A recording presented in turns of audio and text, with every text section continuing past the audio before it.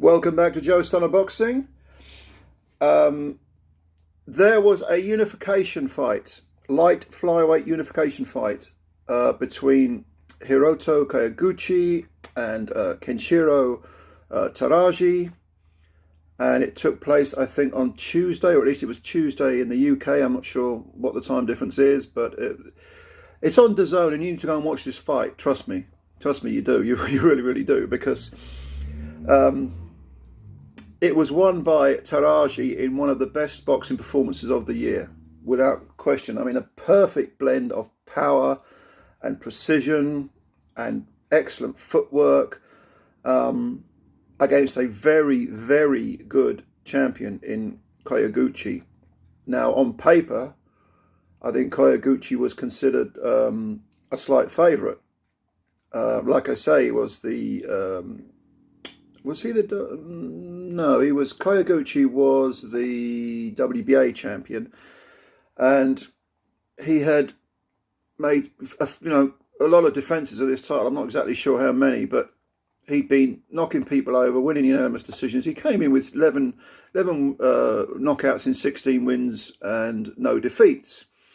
And he was the favourite probably because Kenshiro Teraji had a stoppage defeat on his record.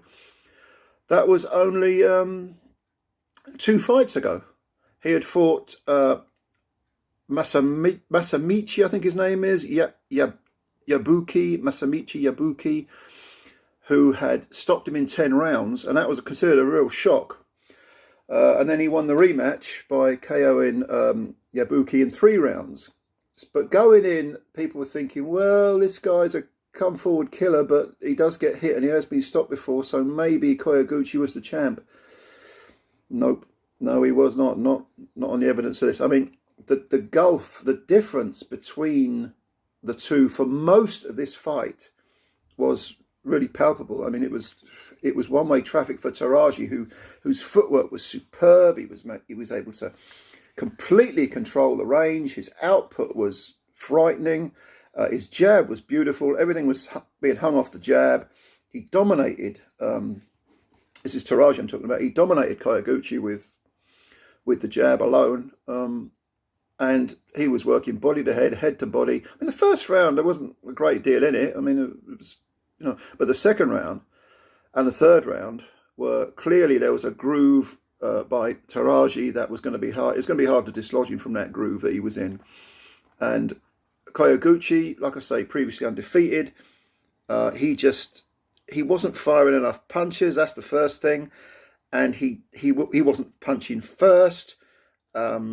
He seemed a little bit bewildered. I don't know, maybe in rounds 2 and 3 he was waiting for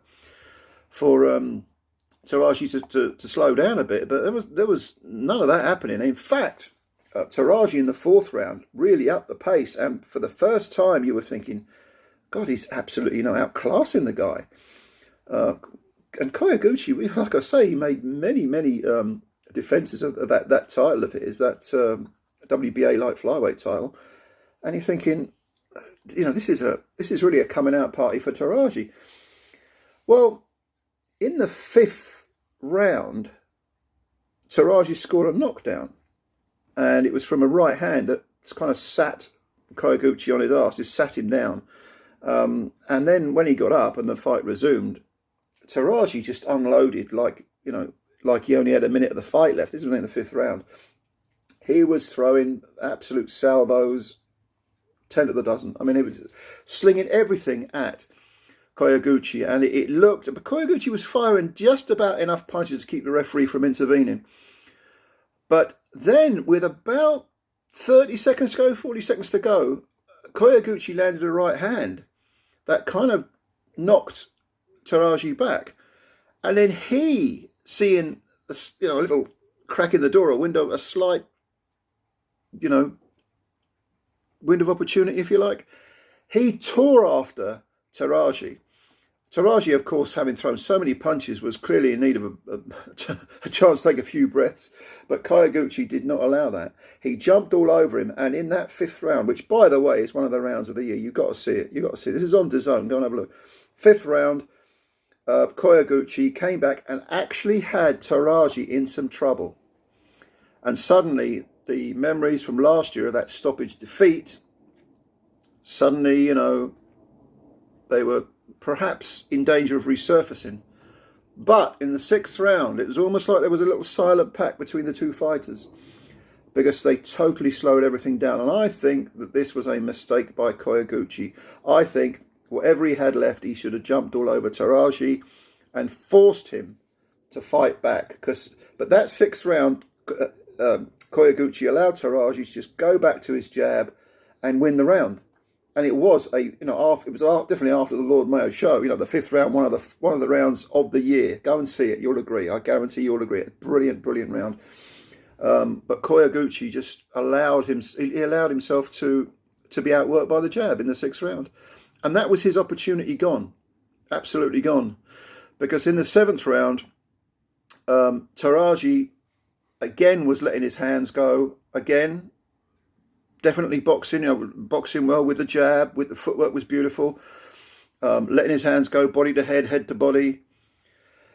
And there was but again, he can be hit. I mean, this is the exciting thing about this kid. I say he's a kid, he's actually 30. He looks about 12, but he's about 30. But he can be hit because Kyoguchi landed a right hand that pushed Teraji back. I don't know whether it hurt him. I don't think it did. And you were thinking, okay, is this a repeat of the 5th round where, you know, Teraji dominated and then Kyoguchi came back and had him in all sorts of trouble at the end of that particular round? No, it wasn't history repeating itself, because suddenly out of the blue, Teraji lands, I think it was a right hand. There were so many punches still, I lost track, but I think it was a right hand that clearly sort of semi-separated Kyoguchi from his senses. He stumbled backwards into the ropes and the referee jumped in and it was over, almost like, it was like the, you know, I guess you'd call it the, I don't know what you'd say, the straw about the camel's back, I suppose. And it's a fantastic fight. You've got to go see it on DAZN. It's an absolutely brilliant fight. And a star is born. Kenshiro Teraji lost last year.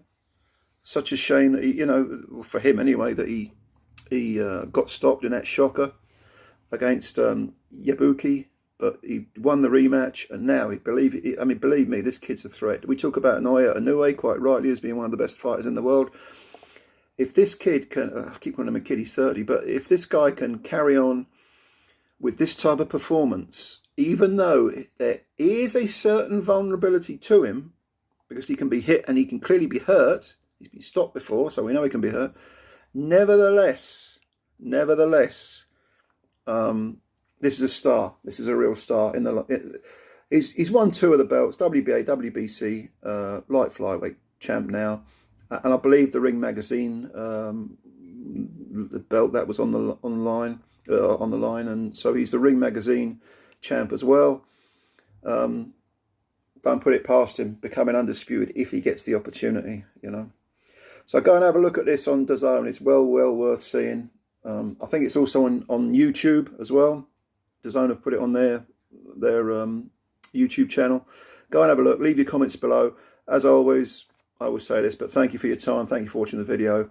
Subscribe if you're new. Hit the like button. You know the drill. Good fight this. Go and have a look at it now. Peace. Speak soon. Bye for now.